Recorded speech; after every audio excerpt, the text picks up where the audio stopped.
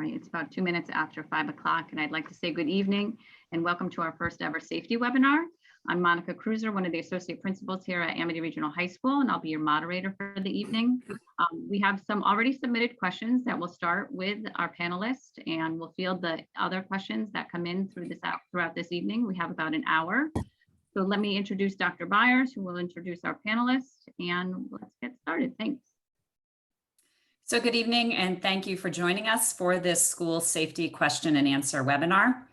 The purpose of this evening is to review general school safety protocols, explain how the school and the Bethany, Orange, and Woodbridge law enforcements collaborate together to provide a safe school environment, and time permitting, answer questions that you have. I hope that each of you received the quick reference guide with the letter inviting you to this webinar, as some of that terminology may be useful as we're speaking this evening. That reference guide is also posted on our district and school websites. We are joined this evening by Amity administrators and representatives from our 3 law enforcement agencies. So we will begin with some introductions, and Chief Cappiello, would you like to begin introducing the representatives from the Woodbridge Police Department? Yes, good evening. I'm Chief Frank Cappiello, and with me are Deputy Chief Ronald Smith and our School Resource Officer, Frank Sapio. And Chief Gagne and the members of the Orange Police Department. Good evening, everyone. Joining me on the webinar this evening will be Assistant Chief Max Martins and our School Resource Officer and DARE Officer, Detective Carolyn Bailey. And Lieutenant Merriman. Good evening. Thank you for having me here tonight. I will be by myself. I'm the Administrative Lieutenant for the Bethany Resident Trooper's Office. And then if the Amity administrators can also introduce themselves. Good evening, I'm Anna Mann. I'm principal of Amity Regional High School. Hi, I'm Kathy Burke, principal of Amity Middle School Orange. Jason Tracy, principal of Amity Middle School in Bethany.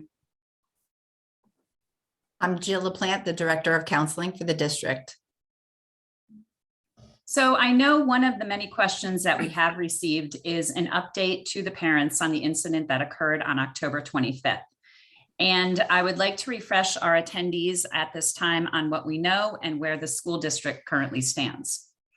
So on Monday, October 25th at around 9:15 and 9:30 a.m. respectively, 2 separate emails of a threatening nature were sent to approximately 43 students and staff in Amity. The Woodbridge police were contacted upon receipt of the first email. The police promptly responded to the school. A collaborative investigation between the school and the police was started immediately, and Amity technology staff assisted the police. Both police and Amity staff quickly suspected that the threat contained in the emails was not a credible threat, and by approximately 1:15 p.m. that afternoon, we were able to confidently confirm this. There continues to be no threat to our students or staff. My decision on the day of the incident to require students and staff to shelter in place rather than to place the school on a full lockdown was made first due to confirmation that the threat was not a credible threat. Secondly, the decision to shelter in place was taken as a precautionary measure to ensure student safety and to maintain school order, as a significant number of students, likely responding to circulating rumors and possibly misinformation, were leaving their classrooms and walking out of the school without permission or without notifying appropriate school staff. I will reiterate what I communicated last week. The student whose name appeared as the sender of the message was not responsible or connected to these email communications. The person responsible has been identified. The school component of the investigation is complete, and an appropriate district response will be determined and taken. I will let Chief Cappiello speak about any aspects of the police investigation. Hey, thank you. So as Dr. Byers explained, immediately a police investigation was commenced once our SRO was notified by the school administration. I have to start by saying that to preserve the integrity of the investigation, which is currently active and ongoing, and because it involves juveniles, I'm limited in what information can be publicly disclosed. But I can assure you that from the onset, our department worked closely with the school administration based on information that was known at that time and promptly located and secured a person of interest and quickly determined that that person wasn't responsible for sending out the emails, and further investigation determined that there was no active or credible threat imminent. Myself and Dr. Byers were in communication at that point regarding what was transpiring and how we felt it would be best to proceed. School staff, including their IT department and our investigative services unit, continued investigating and further confirmed that there was no credible imminent threat. At this point, the investigation continues. I can tell you that our detectives have executed search warrants, and there currently is a lot of forensic IT analysis of electronic devices being conducted, and we're awaiting the results of that. Once all of these facts and details are ascertained, that information will be shared with our prosecutor at the state's attorney's office for their review and guidance as to how we should properly address and deal with the person responsible for the incident. Thank you. Okay, that leads us to question number 1. It's going to go to Mrs. Mann. The reunification process took a long time. What are you going to do to make it faster? So we do realize that the reunification that happened on that Monday took a long time, and that it seemed pretty disorganized. And so the first thing we want to say is that reunifications will take a long time.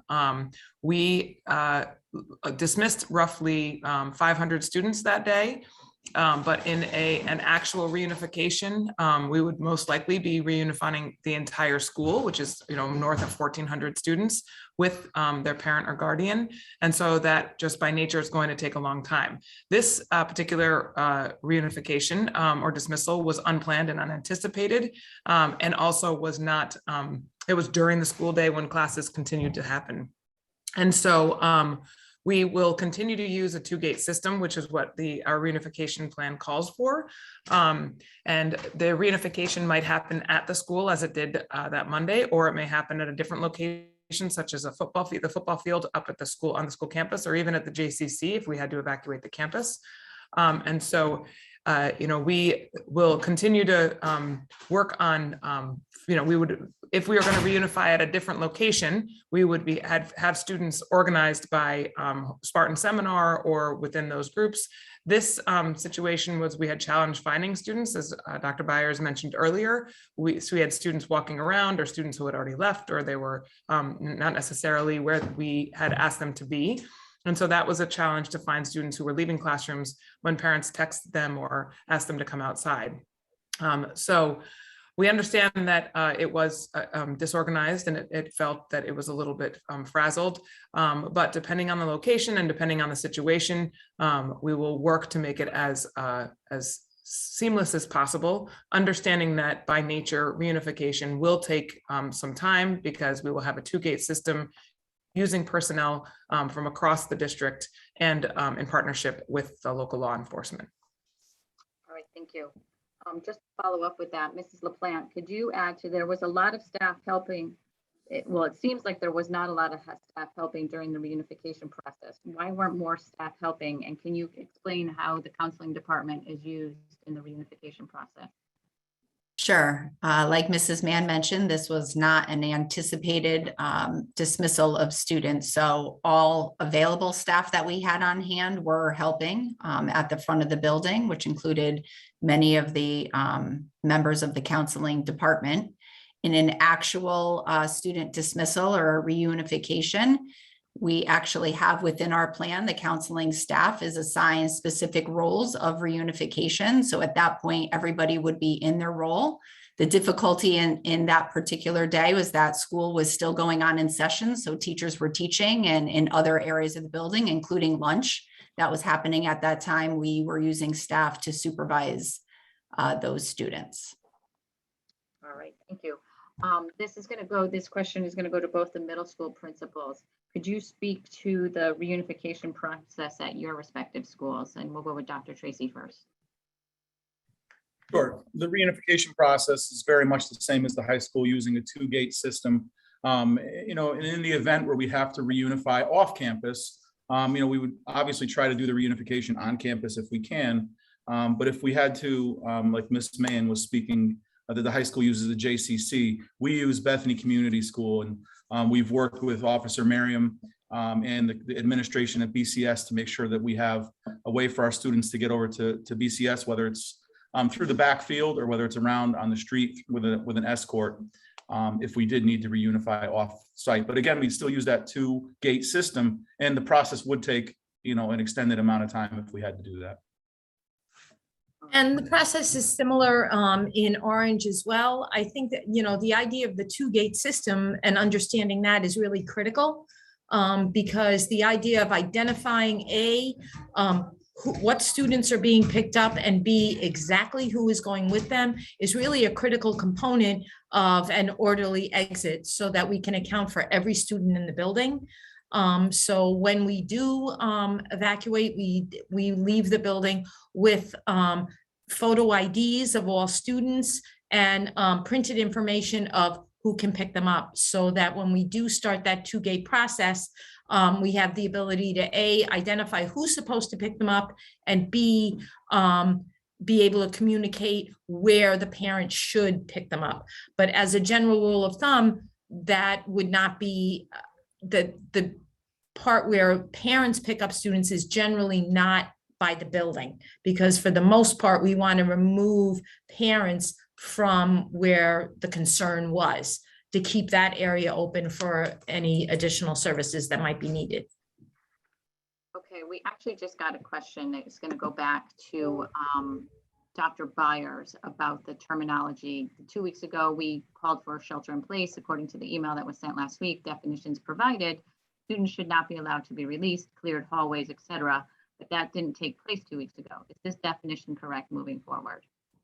Yes, so part of we had a debriefing process, which I had indicated in our letter that on the Tuesday after the incident with many of the people who are on this webinar this evening. And one of the things that we identified that we always have to kind of consistently practice is a common use of our terminology, because we were not, I would say, strict in how we applied that on the day of the letter being sent out. So we kind of did a refresher for ourselves.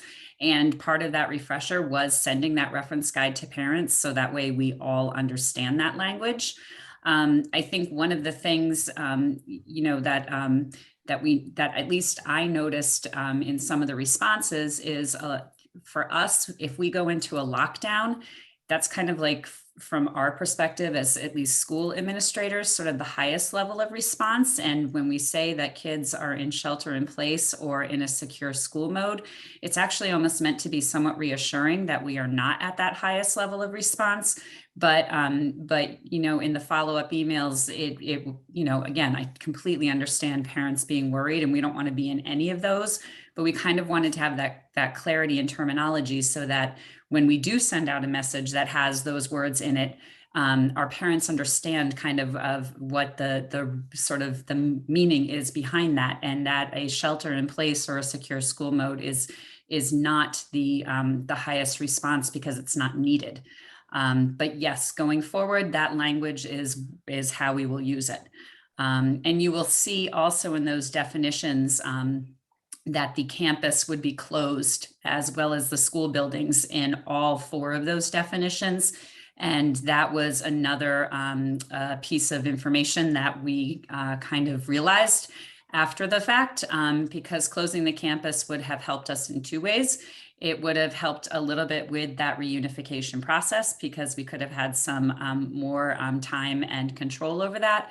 It would have also helped us with the students who were exiting and leaving the campus, so that we could return them to the safety of the school building. Thank you. This question goes to Chief Cappiello. If there was a threat, why didn't you just put everyone in a lockdown? So that decision was based upon the information that was known to all of us at the time. It didn't rise to the threshold of a lockdown scenario. A lockdown is called when there's an immediate and an active threat in the building. And police would be actively searching for that specific threat, such as a subject with a knife, a subject with a firearm, a subject with a weapon, a subject fitting a particular description. As Dr. Byers just said, calling a lockdown immediately brings us to the highest level of security, as police have something or someone that they're actively searching for. I think what it's important for everyone to realize that when a lockdown is called, it sets a lot of different tactics in motion. Students and staff are confined to their classrooms and their offices. So the communication amongst staff and administrators and the police is very limited, if any.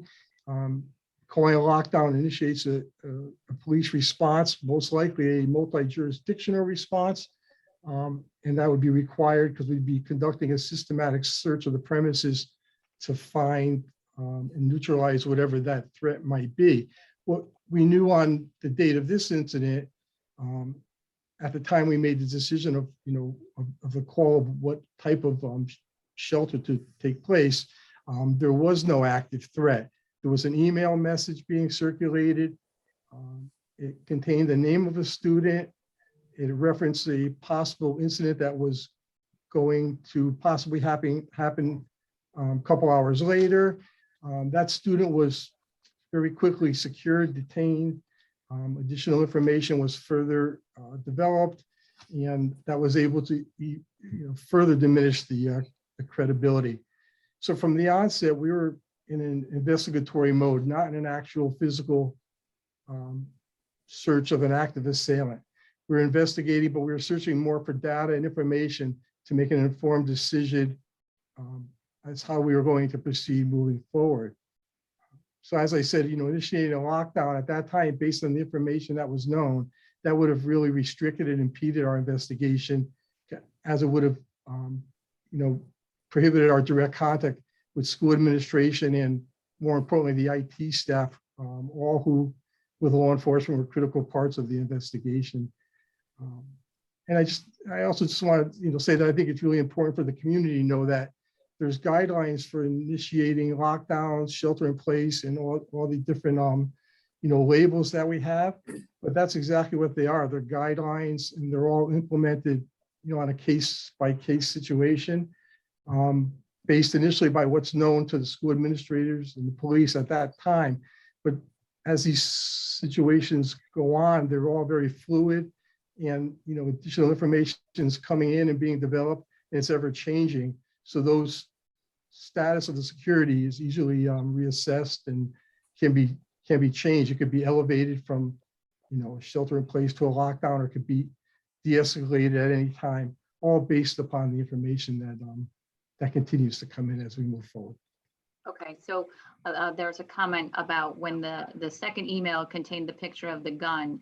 Why didn't we choose to go into a lockdown? Because it was a picture of a gun. There was no known place that a gun would be. That's what we were trying to ascertain further. And at the time that second email came in, there was a lot going on and information and people in place that we knew that picture of the gun was not coming from the person that initially was claimed to have sent the email. Okay. Mrs. Mann, this question for you about going further in future situations with how will we control the students walking out without permission, unguarded doors, cars going the wrong way? It says with no police intervention and kids leaving without parents or guardians showing ID.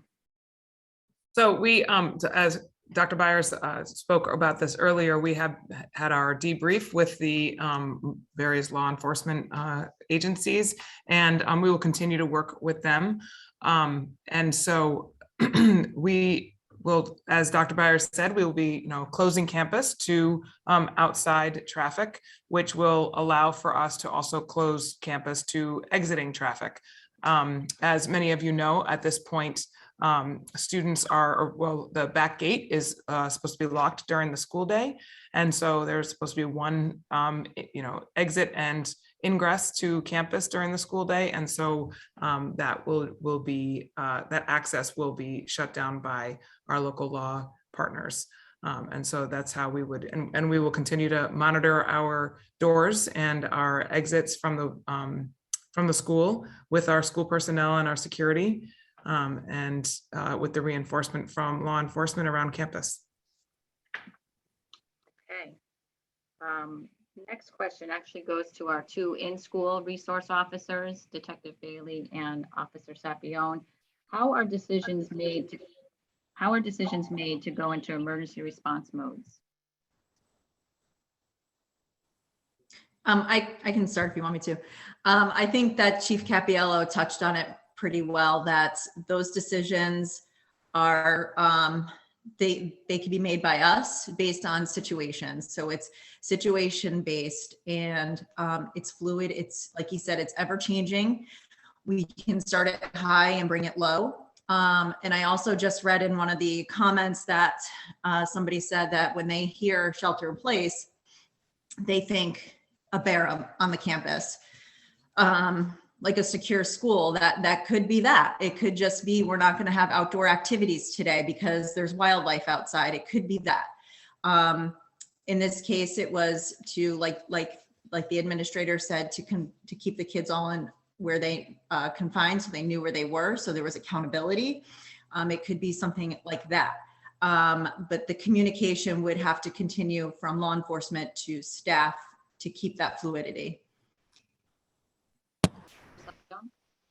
I think also it's collaborative. It's between us and the school, or us and the administration, and also us and our chief, our deputy chief. So I think it's a mix between everything that we're working together. It's not just one person making the decision, unless it was an extreme emergency or we had to go into a lockdown, and yes, one person can make that decision. But in something like this, you're talking to everybody. You're talking to the principal, you're talking to the superintendent, you're talking to the chief, and you're all collaborating on what decision to make together. All right, thank you. Myers, if you could just go back, and I think Chief Cappiello talked about this at the beginning in his statement about the two emails and how the IT department determined that the students who was sending, that was not that student. Could you kind of go back to that? I can to a certain extent. I don't want to, again, sort of jeopardize anything that Chief Cappiello is working on, but we were able to, there was obviously a student who was named in the first email. And so I know school administration spoke with that student initially and did an investigation that satisfied them pretty thoroughly that he was not directly responsible. Our IT department was able to trace the emails that were sent from that particular address. And so we were able to then kind of use that information to narrow down who may possibly have been a sender of those emails and share that information with the police as part of their investigation process. Thank you. Question 8.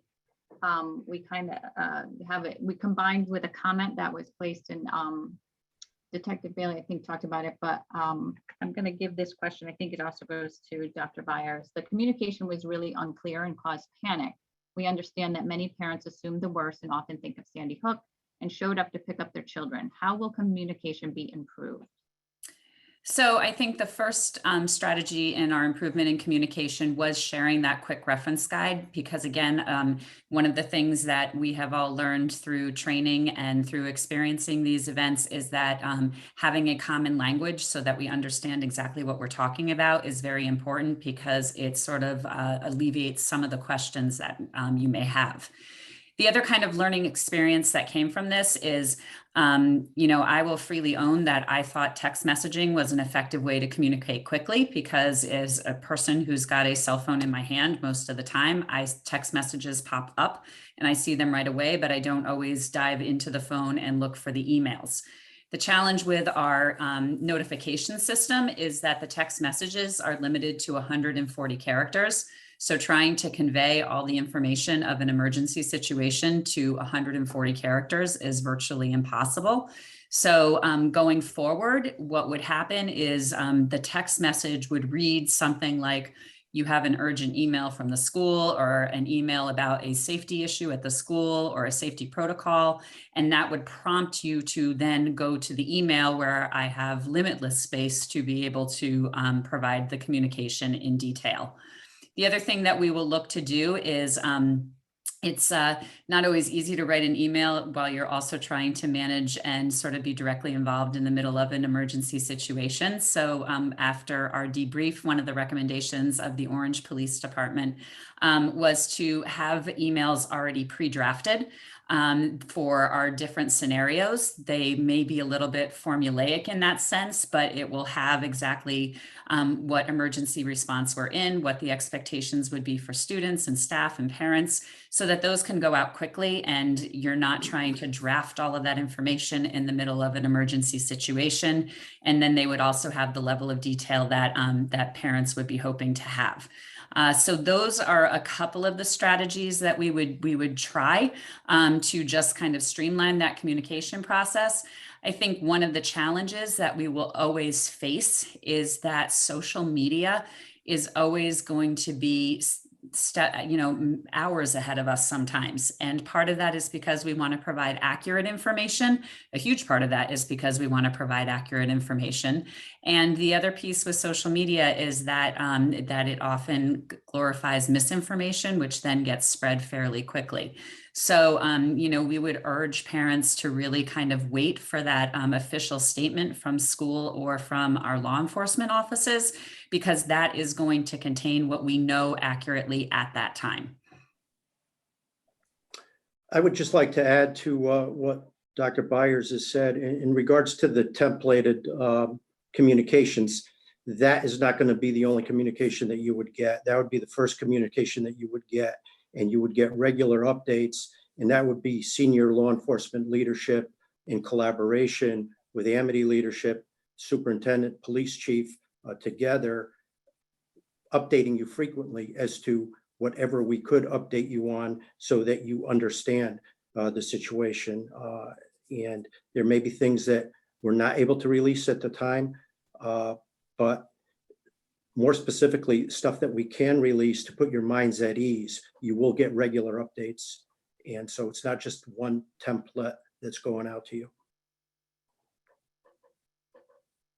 Back to the actual day, and any of the officers or chiefs can answer. Explain why students, if I'm trying to understand that if it's suspected that the student was involved in this threat, why would you keep all the students in the school building where the threat possibly is?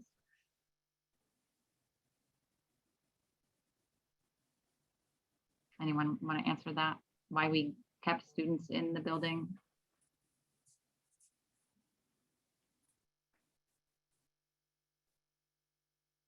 I could start with that. I guess I know we want to the school wanted to maintain control over the students. There were students leaving for unknown reasons initially, and we promptly confirmed that there was no credible imminent threat, like I said before. And if that was the case, that's why the students were left in school. Mrs. From my Mann, perspective, anyway. I don't know if Dr. Add to Byers said anything else.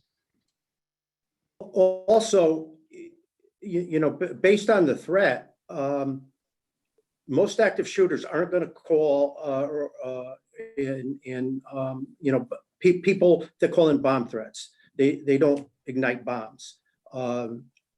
People who write on a computer that I'm going to shoot the school up at noon. That's not natural. When these things happen, they don't advertise that it's going to happen. So right away, this email is not what typically happens in a real situation. So right away, the credibility is questioned. From there, maybe the person is, if it is a credible threat, how do we know that they're not outside on the wood line, going to get everybody everybody out of the school, and now we're going to start shooting students outside of the school. The safest place for them to be is actually in the school, in their classroom. If at any point in time the threat starts to be more credible, then we're going to go into a lockdown mode versus the mode that we were in. And now the kids are even more protected, locked down in their rooms. Law enforcement will be supplemented very, very quickly, and we will handle the situation. So try and organize an exodus from the school, or have kids run outside without knowing exactly what the situation is. We may be putting them into a more dangerous situation. So that part of it was handled very well in the rooms with the school lockdown, with the campus lockdown, is the safest course of business. Yeah, and I would just finalize, When we say lockdown though, that we don't mean like lockdown. right. Well, following a you know, kind of an emergency plan, I think, and as Chief Gagné just said, if we did get to lockdown, then we would move to an evacuation, but not. What I was going to just kind of follow up on that would be that if we're in a secure school mode, we can easily shift back to, like we did, to, you know, school kind of concluding as is planned. But we, you know, the plan would normally be to finalize the emergency situation, and then if needed, to evacuate students, to dismiss students then. It wouldn't just be kind of, as Chief Gagné said, having all kids get out, unless there was a threat within the building, like a fire or something, when we do have to get everybody out. So that's why we wouldn't just have students run out of the building. Okay, and I'm gonna actually go back to Chief Gagné about that, because if parent writes, do you think students staying in one place is better than students exiting? I'd rather have my child be a moving target than a stationary one. It all depends on the situation. If the threat is very close, and we've practiced this, the police departments have trained for this for years and years. Your students have grown up with this through lockdown drills in the grammar schools all the way up to high school. No, we don't expect anybody to be a target. Secured in their room, barricaded in the room is the best place for them to be until it's not. And then at that point, the teacher would make a decision that we have to evacuate. We call it run, hide, fight. But if we have mass chaos and everybody evacuating every single classroom at the same time, that just plays right into a lot of people are going to get hurt. So depending on the situation, until it's not safe to be locked in the room, it's safe to be locked in the room. Let law enforcement come in. We're trained, we're ready for it. We are going to go to the threat, and we are going to quickly and efficiently eliminate the threat if it is at that point. So that is how it's handled. To handle it any other way and to have people all over the place, a lot of people are going to get hurt. I'm going to go back to Officer Sapione for this one. The question is, shouldn't kids have been put in lockdown when we got these emails? Oh, you're on mute. Sorry about that. No, because the chief went into it before, that when we got those emails, we had to investigate where they were coming from, and they were coming from the internet. It wasn't an active situation. So that's the reason why we didn't go into lockdown. And again, it was collaborative. It wasn't just make it, in this particular case, it wasn't just, yeah, we're going to go right into lockdown. Can you remind parents what a lockdown is? The imminent danger. Can you remind the definition of that? Yeah, it would be something that's actively involved. Right. If you saw somebody in a school that you didn't know possibly had a weapon, you would go into lockdown in that situation.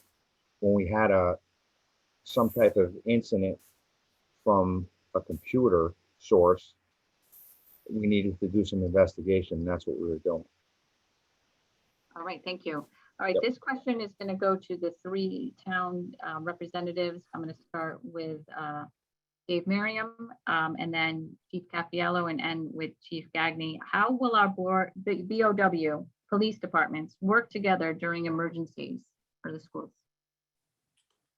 Fortunately, we've always had a great relationship with the three towns. If you have to remember, there are three separate towns, but it's all one community. I'm in constant contact with Officer Sapione at the high school. I talk to Officer Lynch at Beecher School constantly. Chief Capiello, we talk all the time. So it's a collaborative campus, really. Half the school in Bethany, I can only speak for Bethany, has Woodbridge students. So we're always working together to keep a safe school. That's the number one priority you have to remember. Anything that's done is for the safety of the staff and the students. Frank? Yep, and I can just elaborate a little bit more on what Dave said. You know, for decades now, Dave, Bob, and myself, we've worked together and collaborated together in all different positions of our careers and right up to the top. And we continue to do so. And we train together, we share intelligence together, we brainstorm together. So if something comes up in either one of our schools, as Dave said, it's all one big community here. And, you know, we reach out to one another with that. And I think that's even more importantly, you know, because of the relationship that we all have, that also fostered right through the school, I think, because we all kind of grew up with a lot of the administrators in the schools. And I think that trickled down right through our staff, that the school resource officers here, I know our guys are in touch with Detective Bailey and others in Orange, and same thing with the state police on that. So we maintain that personal and professional relationship. In addition, we're all members of South Central Chiefs of Police Association, and they have, you know, a plan in place to coordinate law enforcement resources throughout the area in response to major incidents. You know, I could just speak for all three of us in the BOW area. For any reason, whether it be security, manpower, whatever, health, safety, you know, during COVID, for anything, we're always in close contact, and anything that any of our department needs, the other two chiefs always promptly reach out and are there to help without question. And that's, you know, that's what happened this day, and will happen and has happened in the past and will continue to happen in the future. And then we also have a mutual compact that we enacted a couple of years ago between Bethany, Orange, Woodbridge, and it also encompasses Seymour, Derby, and Ansonia police departments as well. So we have a mutual agreement that's been put into effect amongst the chiefs and the town fathers. We're all in agreement to, you know, help each other in any way possible there. And as always, if something did happen, all the surrounding communities always come together on the local, municipal, state, city, and federal levels. So I think we have a really good working relationship, you know, amongst our BOW peers here and amongst, you know, the whole region. So I'll leave that into Bob. So, yeah, I'll echo everything that has been said. We have a great working relationship. There's a lot of collaboration that goes on. There's a great spirit of cooperation. We have each other's backs. We won't go to each other's towns unannounced or uninvited. We've just got to call each other. Come on up, I need a little bit of help. And we will be there for each other. And we stand committed in Orange to go to Amity High School or to go to the Amity Middle School in Bethany on a moment's notice. We've got a good amount of resources during the day, and we're happy to send officers up there to help, even if it's just to help close down the campus to free up Woodbridge Police to do other things. So we stand ready to help each other. I just want to expand a little bit on what Chief Capiello said regarding the South Central plan of mutual aid. That plan pretty much was put into place as a result of Sandy Hook, because one of the problems, one of the many problems at Sandy Hook was the roadways getting clogged up with vehicles. and ambulances not being able to get through, fire trucks not being able to get through. So you can't have that type of a situation and emergency responders aren't able to get there. So we will not self-dispatch in law enforcement. We have plans in place for a coordinated approach that is not going to result in chaos. And you're going to get resources that you don't need or actually just going to cause problems versus being a help. So if it's a minor incident, yes, it will be Bethany Orange Woodbridge and we will handle the situation. If it's something very major, it is going to go well beyond the 3 towns, and it is going to get a great law enforcement response. We call it the Blue Plan, and each one of our towns and cities in the South Central region has committed a certain amount of officers to go to that other community when needed. And depending on what city or town you're in, it depends on what officers you're going to get from what area departments and how many you're going to get. And then there's different levels. There's a level 1, there's a level 2, there's a level 3. So we stand ready in this part of the state to help each other and to respond very, very quickly. And it involves, like I said, all the municipalities. It involves the state police. And if there was really a major incident, the FBI is going to be involved as well. So our federal partners will be assisting us also. And so we have those plans in place and we stand ready to deal with these situations. And we have that spirit of cooperation. We need that spirit of cooperation, not only in law enforcement, but with the school system. And that exists not only at Amity, but in our grammar schools as well. And some of you have heard me talk about this before. The people on the panel that we debriefed with recently heard me talk about this, but I want to talk about a success story that we had here in Orange that was an actual real incident. There was a few years ago, there was a bank robbery in Woodbridge, and the individual was pursued into Orange, crashed a car. He was armed, and he was in the area of Racebrook School. We quickly locked down that school, and we deployed a whole lot of resources to that area. The school was locked down. Our officers were in the school and outside of the school. We were able to pull up cameras in our communication center so that we saw what was going on. Myself and the superintendent got on the phone right away with each other. We got messages out to the parents. This is what we could tell you. Your kids are safe. We've got this under control. And it went very, very smoothly. And ultimately, the individual that was responsible was captured in very close proximity to the school, hiding in a recycle bin. And that was a real incident, and the person was armed. And we took care of our kids, and everyone was safe. And nobody panicked. Nobody came to the school trying to get their child. That is actually going to make things less safe. It's going to interfere with what law enforcement is doing. Telling kids to leave a classroom, not knowing what's outside, not knowing if that's safe to do or not. That's not a proper course of action. So as a parent, it is very scary. We get that. And you're going to have an instinct as a parent to do something.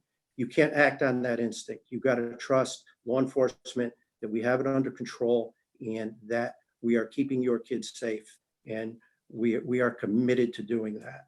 And to have that cooperation with the parents as well, and to understand what we're doing and why we're doing it is important to the success of everything. And this isn't new. We've been doing this, like I said, for years and years. Columbine happened in 1999. We've put a lot of different systems into place since Columbine that are very, very successful. Schools are one of the safest places to be. When you think about the lockdown drills that we do every single year, your kids have grown up with this. They know this. So there's no need to panic. As parents, they're going to take their cues from you. So if you have a better understanding of what's going on and get better communication from us as to what's going on, you'll know that your kids are in the best hands and we're handling it the best way possible. And all of those things, us working together, are critical keys for success in the future. All right, Mrs. Mann, I'm going to put this back to you. Can you explain lockdown and lockdown procedures and training of students and staff? Sure, we do have lockdown drills a couple times annually, but as far as we have not yet this year, and we are planning our first lockdown with our local law enforcement. So just to kind of recap, if and when the school goes into lockdown, when the school goes into lockdown for a drill or for an emergency situation, everybody in the school, including all the school personnel and all of the administrators, are locked down. SRO Sapione would be, possibly not locked down, but even if he were in the school, he might be locked down. With the law enforcement has to arrive and secure the school building. He would be the one who would be the lead in that. But all of the administrators and everybody else in the school would also be locked in their areas that they are. Where they need to, wherever they are when it goes into lockdown.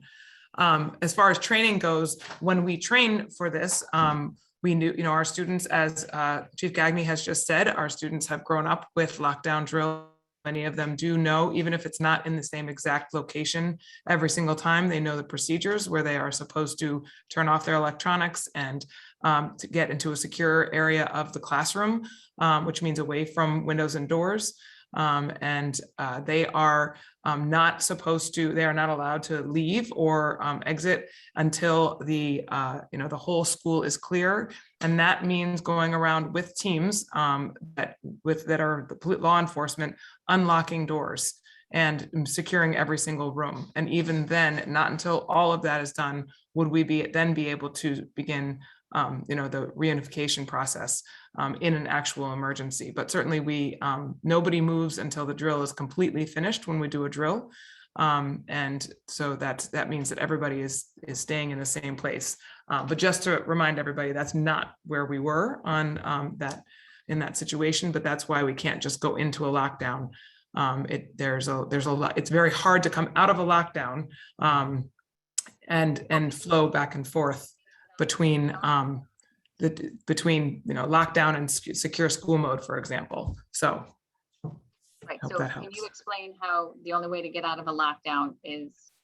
The only way to get out of a real lockdown would be for law enforcement to come around and unlock and then evacuate the building. That's what would happen. We would not go back from a lockdown back to a regular school day.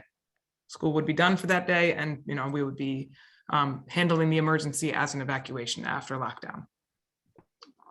And I would just add again, sort of along those lines of parent and student expectations, in a lockdown, and you can see it in the parent reference guide, we actually feel very strongly that cell phones cannot be used and should not be used.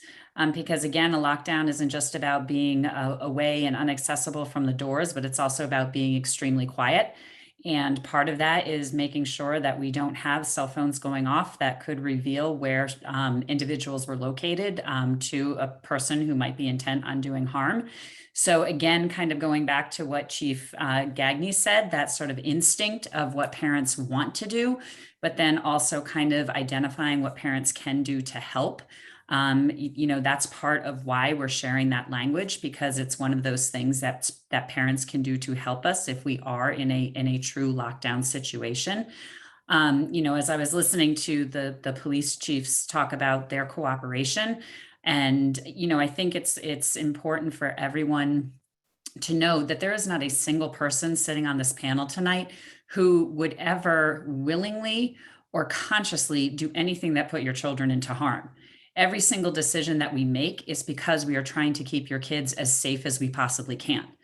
And so that's the root foundation of all of those choices. And I think that again, the way that parents can help us in a crisis is if your child is texting you or telling you about something that's going on, you can reassure them by saying you're at the school and the administrators and the police are there to keep you safe. And it helps if the students know to listen to us to help follow our directions, because that's going to be part of that process. So I guess, kind of the message is just as much as the administrators in Bethany Orange and Woodbridge Police Department are part of this process, our students are, by knowing what to do during a drill, and our parents are by supporting ways in which the kids can be safe during those emergency processes. Dr. Byers, this is going to come back to you as well. This is about the communication of that day about the email. The wording of the email was important. Many people came because the second email stated ID needed to pick up their child. It caused nervous parents to come and pick up, causing the chaos and clogging the parking lot. Can you talk to how that won't happen again? Yes, absolutely. So again, part of that communication was, it was drafted in a rush, because our greatest concern at that point in time were the number of students who were walking out of the building without us being aware of who was leaving, who they were going home with, and kind of where they were going to. So if I could redraft that email again, it would have said that students are not allowed to leave the building without explicit parent permission. It was really intended to stop the flow of students out. I'm looking at this panel, and I happen to know the ages of the kids of many of our administrators on here. And I understand and hear that our parents are Sandy Hook parents, but I would say my administrative team is also Sandy Hook parents. And they are acutely aware of what that communication must feel like and what it does to a family.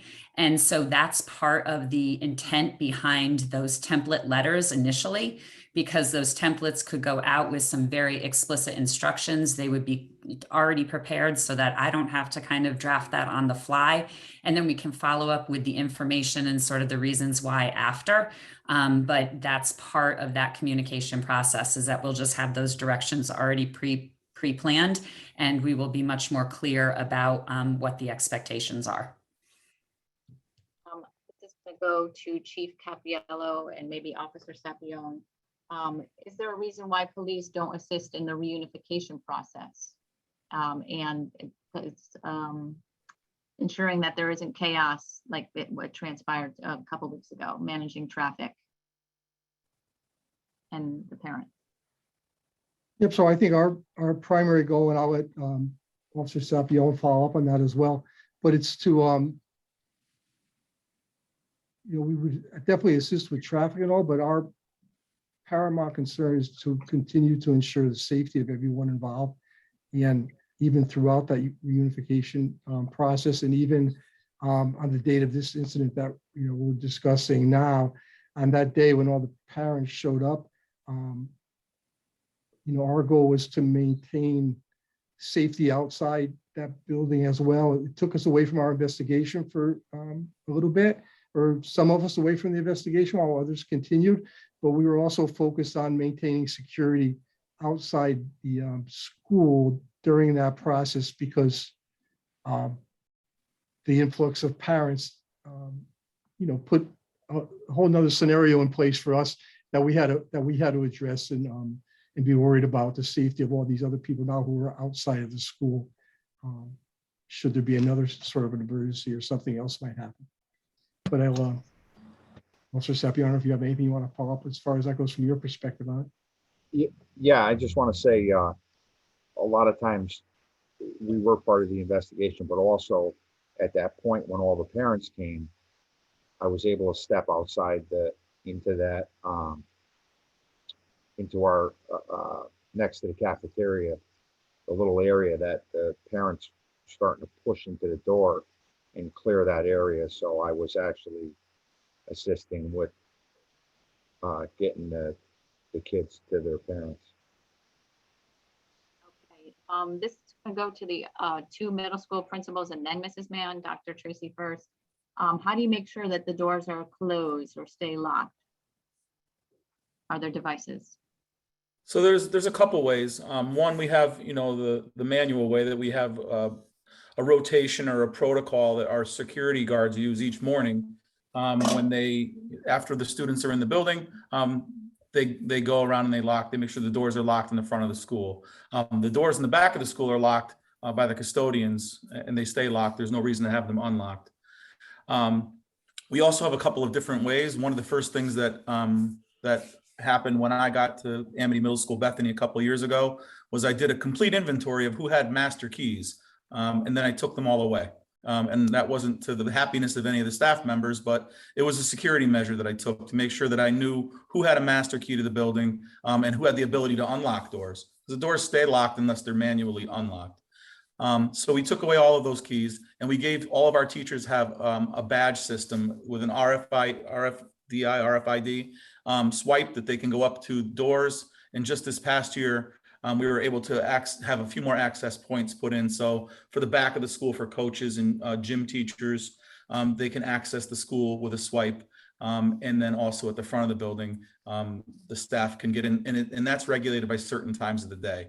And then throughout the course of the day, of course, the security guards have different protocols that we have them follow on different schedules where they rotate around the building internally and externally to make sure the doors are locked throughout the day.